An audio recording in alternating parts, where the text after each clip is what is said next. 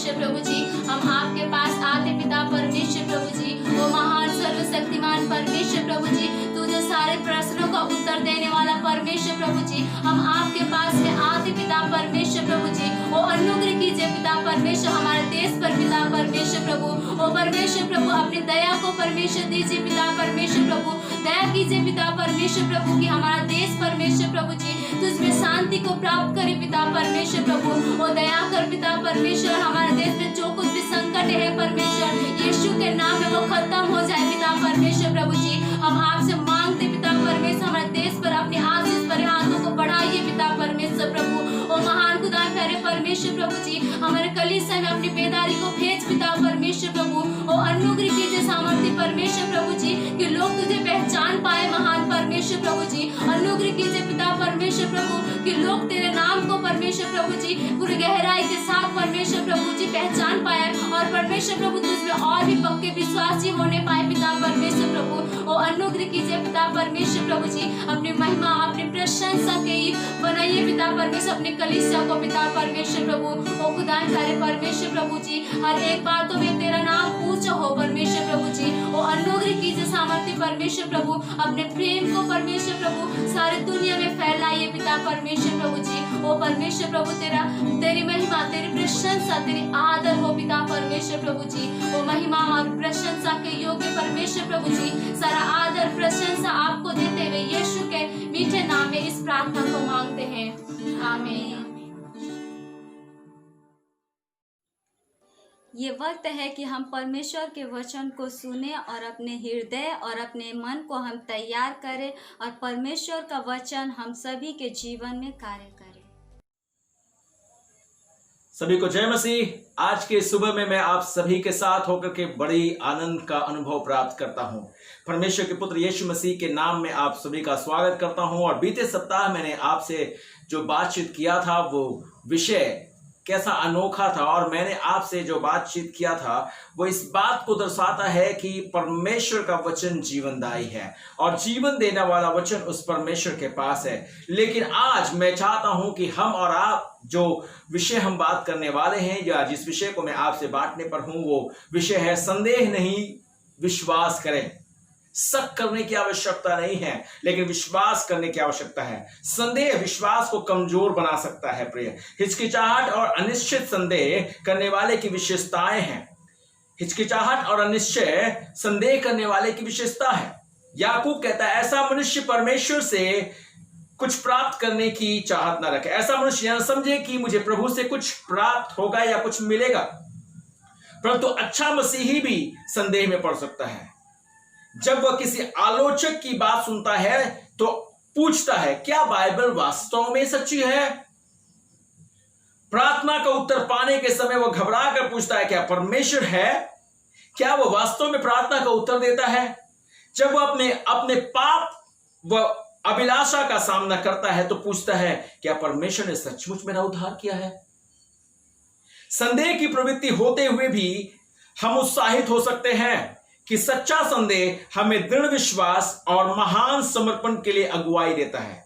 ध्यान से सुने, संदेह की प्रवृत्ति होते हुए भी हम उत्साहित हो सकते हैं कि सच्चा संदेह हमें दृढ़ विश्वास और महान समर्पण के लिए अगुवाई देता है। संदेह का विलोम शब्द विश्वास है।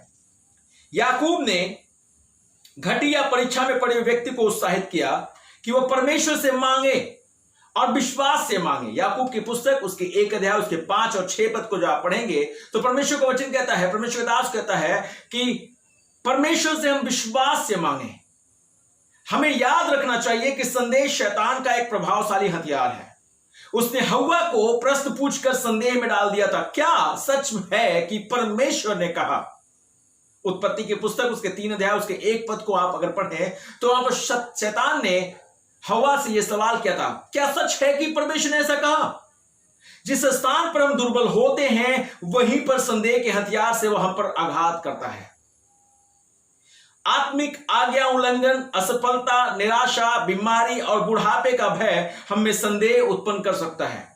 इससे सदा परमेश्वर की विश्वास योग्यता को तथा उसके कार्यों को अपने जीवन में याद रखें। हाँ मेरे प्रिय भाई बहन, हम और आप इस काम को अपने जीवन में बहुतायत से करें।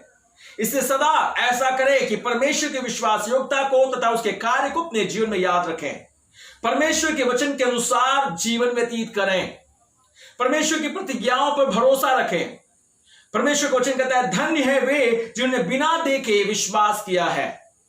यूहन्ना की पुस्तक 20 अध्याय 29वां पद यह बताता है, धन्य है वे जिन्होंने बिना देखे विश्वास किया। लेकिन बहुतेरे लोग ऐसे हैं जो इस प्रकार से कहते हैं कि कोई परमेश्वर नहीं है, क्योंकि उन्होंने यह कहा कि उसके होने का कोई प्रमाण नहीं है, सब कुछ माया है। कुछ का कहना है कि हम सृष्टिकर्ता परमेश्वर को नहीं देखते, हम सिर्फ सृष्टि को देखते हैं। कुछ लोग ऐसा कहते हैं कि वे अंधकार को पसंद करते हैं, परमेश्वर को पसंद नहीं करते। कुछ का कहना है कि परमेश्वर और सृष्टि में कोई अंतर नहीं है, जिस किसी को हम देखते हैं सब ईश्वर है। कुछ लोगों का कहना है मनुष्य ही परमेश्वर है। कुछ का कहना है परमेश्वर केवल मात्र एक विचार है, एक आइडिया है। कुछ लोग जो ब्रह्मवादी लोग होते हैं वो इस प्रकार से कहते हैं परमेश्वर मनुष्य से बहुत दूर है और मरी हुई आत्माएं हमारे करीब हैं और इसीलिए हम डर के मारे उनकी आराधना और उपासना करते हैं ताकि उनसे हमारी रक्षा हो सके। यूहन्ना की पुस्तक उसके 20वें अध्याय उसके 1 पद से लेकर 31 पद अगर हम और आप पढ़ें मेरे प्रिय, परमेश्वर का वचन यहां पर बताता है कि यीशु मसीह मृतकों में से जी उठ करके अपने चेलों से मुलाकात किया। यीशु मसीह का जी उठना और जी उठने के बाद यीशु मसीह अपने चेलों से मुलाकात किया और उसमें बाइबल बताती है कि उसमें एक व्यक्ति नहीं था, उन चेलों में से एक व्यक्ति उनके साथ नहीं था जिसका नाम थोमा था।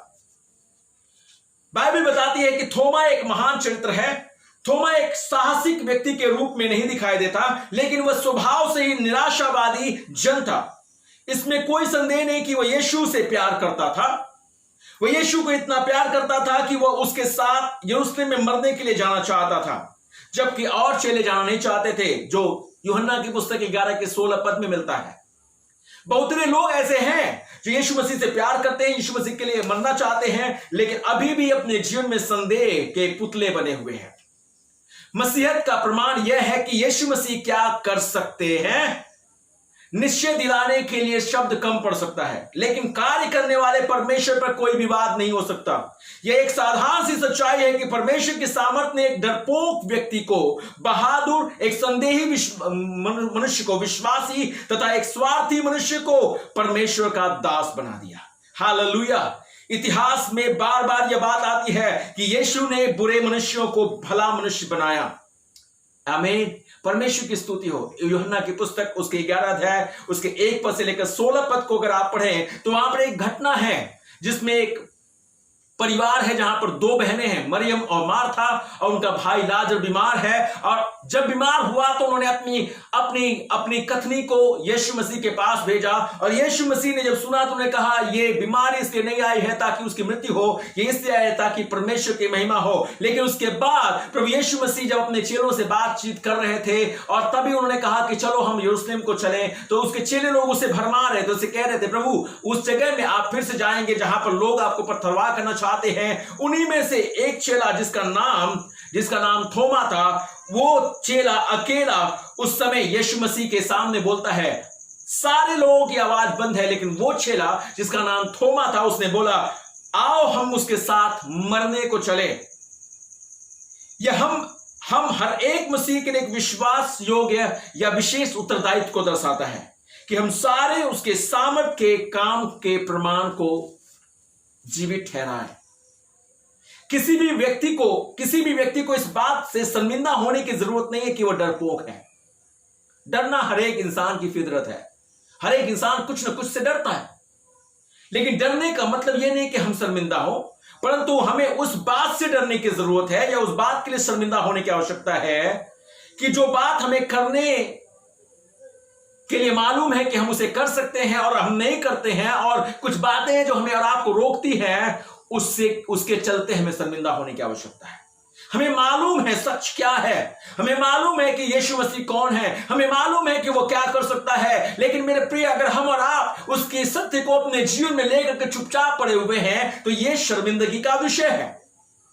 यूहन्ना की पुस्तक उसके 20वें अध्याय 19 पद से लेकर के 29 पद अगर हम और आप देखें तो यीशु मसीह उस शकी व्यक्ति के पास, जो थोमा जो शक कर रहा था, जब यीशु मसीह चेलों से मुलाकात करने आया था तो उसमें थोमा उनके बीच में नहीं था, लेकिन थोमा से मुलाकात 19 पद से लेकर 29 पद में हुआ, जहां पर यीशु मसीह का वचन यहां पर कहता है, थोमा का चरित्र वहां पर साफ साफ दिखाई देता है। जानते हैं उस थोमा की जिंदगी में एक बात को दर्शाती है जिसमें वो एक गलती करता है। नंबर 1, पहली बात, उसके जीवन का चरित्र जो दर्शाया जाता है, उसने एक गलती की, जो 20 अध्याय उसके 24 पद में, यूहन्ना की पुस्तक उसके 20 अध्याय उसके 24 पद में लिखा हुआ है, परंतु 12 में से एक अर्थात थोमा जो दिदुमुस कहलाता है, जब यीशु आया तो उनके साथ न था। जानते हैं वो अपने आप को मसीह संगति से दूर कर दिया था। वो अपने लिए एकाकीपन को पसंद किया, ना कि लोगों के साथ होने को। कई एक बार अपने जीवन में लोग जो अपने जीवन में संदेहात्मक जीवन को जीते हैं या संदेह करते हैं या शक करते हैं, वे ऐसा ही करते हैं। हमें जरूरत नहीं है मेरे प्रिय कि जब हमारे साथ ऐसी कुछ बातें घटे तो हम संगति छोड़ दें, हम कलीसिया छोड़ दें, हम परमेश्वर के घर को छोड़ दें। मेरे प्रिय, परमेश्वर का ये जन उस समय अपने आप को अकेला बना लिया था, अकेला एकाकीपन की जिंदगी को जीने लगा था। जब हम मसीह संगति से खुद को अलग कर लेते हैं तो बड़ी चीजों को खो बैठते हैं। चीजें जब होंगी जब हम मसीह के लोगों की संगति में या कलीसिया में पाए जाएंगे। जब दुख और कष्ट हमें घेर लेता है तो हम खुद को अलग करके लोगों से मिलना छोड़ देते हैं, लेकिन हमें इससे अलग यह करना चाहिए कि मसीह लोगों की संगति को हम ढूंढें, हम खोजें कि मसीही लोग कहां मिल सकते हैं, विश्वासी लोग कहां इकट्ठे होते हैं। ठीक ऐसी ही कुछ घटना घटी थी जो यूहन्ना की पुस्तक प्रेरितों के काम की पुस्तक उसके 4 अध्याय उसके 23 पद से 31 पद में मिलता है। मेरे प्रिय, पतरस और यूहन्ना पकड़े गए थे, उनको सजा मिली थी, उनको धमकाया गया था, उनको लोगों ने बहुत सारी बात कही थी कि इस नाम से आप प्रचार नहीं करो, लेकिन जब वे इस बात से धमकाए गए, उन्हें बेत मारकर छोड़ा गया और तब वे अपने विश्वासी भाई बहनों के पास आए। मेरे प्रिय, उन्होंने आकर के उनसे अपनी सारी बातें कह सुनाई। वचन कहता है 23 पद में 4 का 23 पद, प्रेरितों के काम की पुस्तक 4 अध्याय उसका 23 पद में, वे छूट कर अपने साथियों के पास आए और जो कुछ प्रधान याजकों और पुरोहितों ने उनसे कहा था उनको सुना दिया। यह सुनकर उन्होंने एक चित्त होकर ऊंचे शब्द से परमेश्वर से कहा, हे स्वामी, तू वही है जिसने स्वर्ग और पृथ्वी और समुद्र और जो कुछ उसमें है बनाया। हालेलुया। वे परमेश्वर से प्रार्थना करने लगे, वे संगति को ढूंढे। मेरे प्रिय, ऐसे समय में मेरे प्रिय, जहां पर हमारे और आपके जीवन टूट जाएं, जहां पर हम और आप अपने जीवन में संदेह का सामना करने लगे, जहां पर हमें लगे कि परमेश्वर नहीं है जो हमारी बातों को सुनता है, उस समय में मैं आपको उत्साहित करना चाहूंगा कि हम और आप संगति को ढूंढें। जहां पर परमेश्वर के विश्वासी लोग संगति करते हैं, उनके साथ मिलना नहीं छोड़ें, उनके साथ बने रहें। परमेश्वर का धन्यवाद हो, जब पतरस और यूहन्ना और उनके साथियों ने मिलकर प्रार्थना किया, परमेश्वर ने और उन्हें साहस दिया और उन्हें उन्नति प्रदान की और उन्हें अपनी महिमा का इस्तेमाल किया। आज हमें और आपको परमेश्वर के जन होने के नाते हमें अकेलापन को लेने की आवश्यकता नहीं है। गलती नहीं करें मेरे प्रिय, हम और आप परमेश्वर के करीब आ जाएं। गलती नहीं करें, उससे भागे नहीं, उसके करीब आ जाएं ताकि हम और आप सच को जान सके। नंबर 2, दूसरी बात, थोमा अपने जीवन में गुण रखता था। उसके पास 2 प्रकार के गुण थे। वह गुण ऐसा था, वह दूसरों की आंखों से नहीं देखता था। यह सही बात है जिसमें मैं नहीं जानता हूं, मैं कैसे मानूं। अगर मुझे किसी बात को देखना है तो मुझे खुद से देखना है। कई बार लोगों के विश्वास ऐसे ही अटके रह जाते हैं, विश्वासी जीवन में अटके रह जाते हैं। वे दूसरों के विश्वास को देख करके अपना विश्वास बना लेते हैं, लेकिन उनका अपना कोई विश्वास नहीं होता, क्योंकि उन्हें कभी उस विश्वास को अपने तरीके से देखने की कोशिश नहीं की। परमेश्वर का वचन बताता है यूहन्ना की पुस्तक उसके 20 अध्याय उसके 25वें पद में, जब अन्य चेले उससे कहने लगे हमने प्रभु को देखा है, तब उसने उनसे कहा, जब तक मैं उसके हाथों में कीलों के छेद ना देख लूं और कीलों के छेद में अपनी उंगली न डाल लूं और उसके पंजर में अपना हाथ न डाल लूं, तब तक मैं विश्वास ना करूंगा। यह पहला गुण था उसके अंदर, वो अपनी आंखों से देखना चाहता था। उसने उस बात को पूरी तरह से नकार दिया जिसे वह नहीं जानता था। मेरे प्रिय, मैं भी आपसे यही बात कहूंगा, अगर आपके साथ ऐसा कुछ है तो आप अपने जीवन में पहले उस सत्य को परखिए, देखिए, जानिए, तो संदेह आप में नहीं रहेगा, आप विश्वासी बन जाएंगे। हालेलुया, परमेश्वर की महिमा हो। उसने यह विश्वास किया कि उसे विश्वास नहीं है इस बात पर। यह उसकी एक ऐसी ईमानदारी थी जिसे झुटलाया नहीं जा सकता। थोमा सच्चाई को जानना चाहता था और वह सही भी था। अगर हमें भी ऐसा लगता है तो मैं चाहूंगा कि आप इन बातों पर ध्यान दें। किसी बात को प्रमाणित करने के लिए हर एक समय गवाहों की आवश्यकता पड़ती है। जिसने उस बात को देखा हो, जो चश्मदीद गवाह हो, जिसके द्वारा यह गवाही सिद्ध हो कि जो बात या वारदात घटी थी वो सही है। नंबर 2, दूसरा जो विषय या दूसरा गवाह जो लगता है वो प्रतिष्ठित व्यक्ति, नामजद व्यक्ति की गवाही इस्तेमाल की जाती है। नंबर 3, बहुत सारे व्यक्तियों ने अगर उस बात को देखा है तो ये गवाही सही है। इन सारे लोगों ने यीशु मसीह के विषय में थोमा को बोला। थोमा कहता है मैं इस बात पर विश्वास नहीं कर सकता। लोगों की गवाही यह दर्शाती है मेरे प्रिय कि वह जीवित है। प्रभु यीशु मसीह के विषय में पहला कुरिन्थियों उसके 15 उसके 6 पद को अगर आप पढ़ें तो वचन बताता है 500 से अधिक लोगों ने यीशु मसीह को देखा था जो कहते थे कि यीशु मसीह जिंदा है, क्योंकि उसने उनसे मुलाकात किया, उनसे बातचीत की थी। लोगों की गवाही यह दर्शाती है कि वह जीवित है। कलीसिया का जन्म और कलीसिया की बढ़ोतरी यह दर्शाता है कि आज भी यीशु जिंदा है। आप ध्यान से सुने, परमेश्वर के वचन और प्रतिज्ञाएं घोषित करती है कि यीशु मसीह जीवित है। पवित्र आत्मा का इस संसार में भेजा जाना और प्रभु यीशु मसीह का जी उठना इस बात का प्रमाण है कि यीशु मसीह आज भी जिंदा है। लेकिन थोमा सिर्फ यही कर रहा था कि वह अंतिम भाग तक जाएगा, जब तक कि वह पूरी तौर से उसकी पुष्टि न कर ले, जब तक कि उसको पूरी तौर से इस बात का अंदेशा ना हो जाए कि सच में यीशु जिंदा है। मैं चाहूंगा मेरे भाई और बहन, अगर आपको कहीं भी संदेह है तो आइए हम थोमा के समान परखने की कोशिश करें। आइए हम थोमा के समान परमेश्वर के सत्य को जानने की कोशिश करें। अंत तक जानने के लिए जाइए।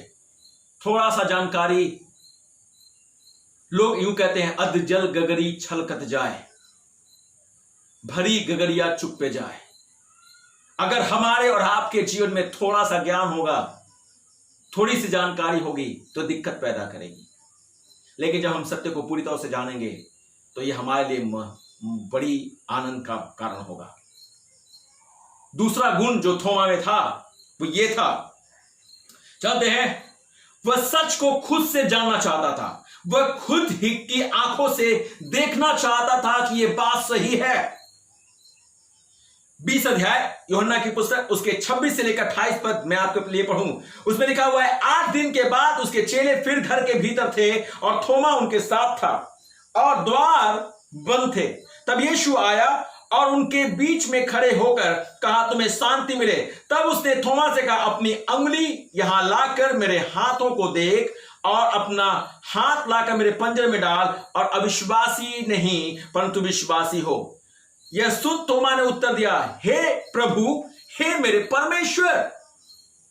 हालेलुया। उसका संदेह करना मात्र इसलिए था कि वह चाहता था कि जो सच है उसे वह खुद जाने। सच्चाई को खुद से जानना एक महान खोज है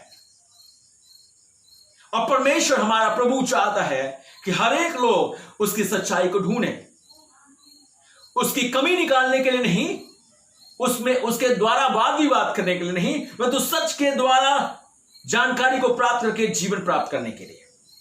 जब उसने ऐसा किया वह संपूर्ण रूप से समर्पण करने योग्य ठहरा।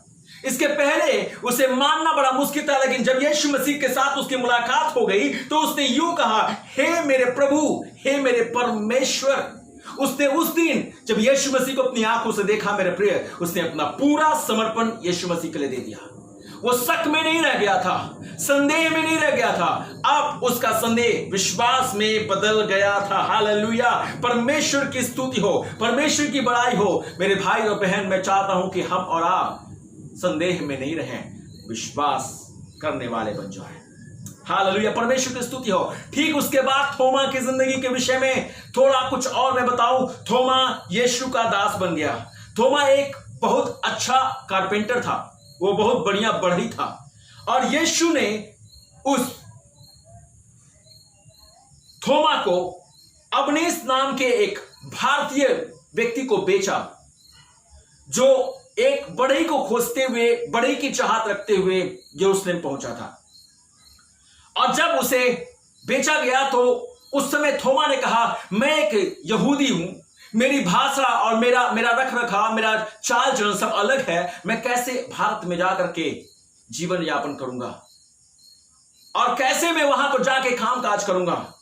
यीशु मसीह ने उससे जब बात की, वो अपने जीवन को यीशु मसीह के लिए बेच चुका था, यीशु मसीह के लिए दे चुका था। उसने यीशु मसीह पर विश्वास कर लिया था, यीशु मसीह की बातों को टाल नहीं सकता था। उसने कहा, ठीक है परमेश्वर, अगर आप चाहते हैं तो मैं जरूर भारत जाऊंगा। ये वही व्यक्ति है जो इस भारत देश में राजा गोंडाफोरस के समय उस स्थान में आया जहां पर उसने अपने जीवन के द्वारा परमेश्वर के सत्य को प्रकट किया। और आज भी उसके विषय का प्रमाण अगर हमें चाहिए तो चेन्नई के छोटी पहाड़ी पर उसका कब्र है, जहां पर उसे मारा गया और वहां पर वो प्रार्थना करता था।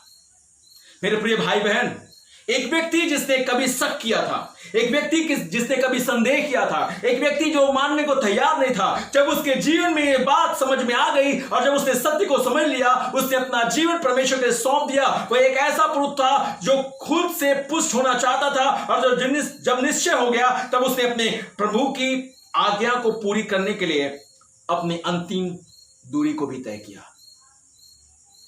हम और आप कैसे व्यक्ति बनना चाहते हैं?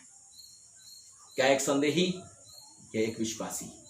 आज भी मैं आपसे कहना चाहता हूं, अगर अभी भी आपको टोह लगाने की इच्छा है, अगर आपको और जानने की आवश्यकता है और उसके विषय में आप खोज खबर करना चाहते हैं, तो मेरे प्रिय, मैं आपको पूरा छूट देता हूं, आप उसके विषय में जानिए। जिसने संदेही के जीवन को बदल दिया, जिसने अपने सत्य का प्रमाण उसके सामने प्रकट किया, वो आपके सामने भी इस बात को प्रकट करेगा। शक नहीं करें, संदेह नहीं करें, विश्वास करें कि आज भी यीशु जीवित है। आज भी यीशु पर विश्वास करने वालों का विश्वास गलत नहीं है। वो आज भी अपने विश्वास करने वालों का परमेश्वर है, और आज भी वो चाहता है कि हम और आप विश्वासी बने रहें, विश्वासी बने रहें। लेकिन ऐसे विश्वासी जिसने खुद से सच्चाई को ढूंढा है, प्राप्त किया है और अपने विश्वास पर जीवन व्यतीत करता है, किसी और के विश्वास पर जीवन नहीं जीता। अगर आप ऐसे जन हैं जो किसी और के विश्वास पर विश्वासी बने हुए हैं, तो मैं चाहता हूं कि आप अपने विश्वास को खोजें कि आपका विश्वास क्या है। मैं सवाल करना चाहता हूं कि आपने यीशु को समझा और जाना है?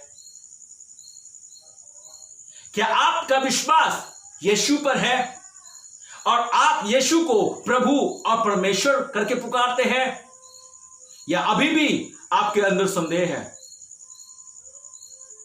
अगर संदेह है तो आज की सुबह मैं चाहता हूं अपने आप को परमेश्वर के हवाले सौंपे, कहें, प्रभु मेरी आंखें खोल दे, मुझे देखने योग्य बना दे, मेरी सहायता कर ताकि मैं तुझे पहचान सकूं, मैं समझ पाऊं कि तू आज भी जीवित है, मैं समझ पाऊं कि तू आज भी संदेह के जगह में विश्वास दिलाने वाला परमेश्वर है। आपके अविश्वास को समाप्त करने के लिए वो अभी भी काम कर सकता है, आपके संदेह को मिटा सकता है, बशर्ते ये कि हम और आप उसके पास आए। आइए हम प्रार्थना करें। स्वर्ग के महान जीवित परमेश्वर प्रभु यीशु कृष्ण नासरी, हम आपके नाम का धन्यवाद करते हैं, और आज इस सुबह की घड़ी में आपके चरणों में हर एक जनों को ले आते हैं जिन्होंने आज अपने जीवन में तेरे सामने अपने आप को रखा है और कहते हैं प्रभु कि मैं अभी तक भटकने वालों के समान, टटोलने वालों के समान था और किसी और के विश्वास को समझता था कि ये मेरा विश्वास है, लेकिन प्रभु जब आज इन्होंने अपने जीवन में निश्चय किया है कि हम सत्य को खोजेंगे, सत्य को ढूंढेंगे और उसको पाने के बाद हम अपने जीवन में आगे बढ़ेंगे, प्रभु तू इनकी मदद कर, तू इनके साथ हो, इनकी तू सुधिले और इनके जीवन की इस पिता परमेश्वर इस खोज में इनकी सहायता कर, इनके जीवन में ऐसा कर ताकि ये पिता परमेश्वर अपने पास एक ऐसी गवाही रखें ताकि मेरे पिता परमेश्वर इनका जीवन किसी और के भरोसे नहीं तो तेरे भरोसे पर कटने लगे। प्रभु जी तेरे सत्य को जानने के चलते मेरे पिता परमेश्वर इनकी जिंदगी तेरी महिमा कारण हो जाए और जीत परमेश्वर इनका जीवन तुझे महिमा आदर दे और मेरे खुदा बाप इनकी जिंदगी से बहुत तेरे लोग प्रभु तुझे पहचान ले। मेरे सामर्थ्य पिता परमेश्वर ये खुदा बाप किसी और के कहने पर नहीं परंतु खुद के अपने विश्वास पर स्थिर रख करके आत्मीय जीवन जीने वाले बन पाए।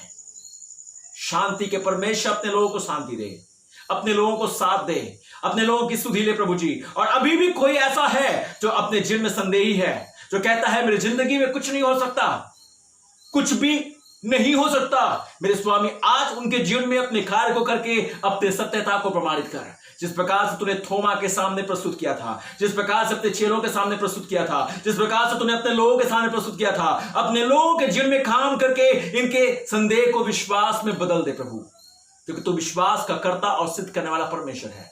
प्रभु इनका विश्वास डगमगाया ना पाए। जितने खोजी हैं उन्हें तृप्त कर, उन्हें सम्मानित कर, उन्हें आशीषित कर। प्रभु हमारे देश, हमारे देशवासियों पर, हमारे कलीसिया पर अपनी आशीष दे, हमें और बढ़ा और भी विश्वास से विश्वास की ओर ले चल ताकि हम अविश्वास से हटकर विश्वास में उन्नतशील हो पाए।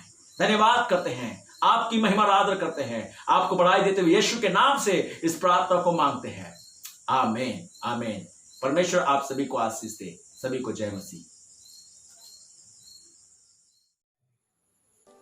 धन्यवाद हमारे साथ ऑनलाइन सर्विस में जुड़े रहने के लिए। इसे ज़्यादा से ज़्यादा अपने प्रिय और अपने दोस्तों के साथ इस वीडियो को शेयर करें ताकि वे भी देख करके आशीषित हो।